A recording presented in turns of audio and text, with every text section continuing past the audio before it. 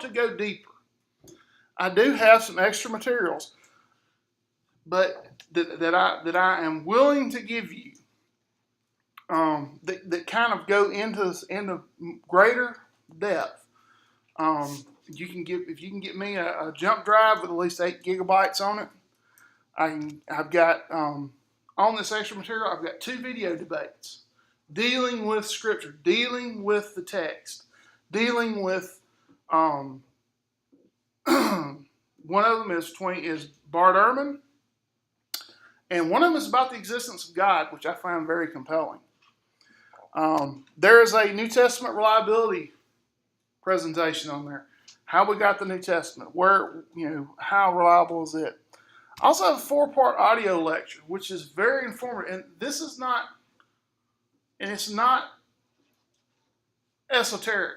It's very grounded in talking about history, specifically how the New Testament developed and through time, how it finally came into acceptance. And then I've got a book on there. It's a very short book on the history of the resurrection, which I thought was very interesting. But that's stuff that I want to make available to you, that if you want it, I'll let you have it. No cost, just need a jump drive to put it on. And I've got some extra materials in there too. But I found the debates very interesting because one of them is against. Have you ever heard Bart Ehrman mentioned? Named Bart Ehrman. He's an apostate, graduated from Gordon Conwell, Princeton University. Has written I'm surprised he hadn't had a book published. Usually about every Easter he has a book published, Trashing Christianity. So he's running behind. But my hope, my prayer out of all this, out of this study, is to get a new and fresh appreciation for the Bible. That it's not something, number one, that descended from heaven, bound in leather, with gold trim edges and a thumb index. It did not come to us that way.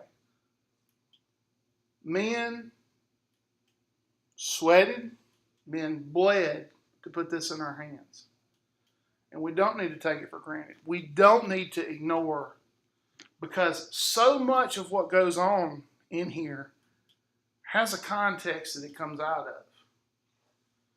And it has a thought process going on behind it. And it has a history that gets pulled along with it. And it helps us deal with it. And I found in learning these things, it helps me deal when I'm reading the Bible. I'm thinking about these things.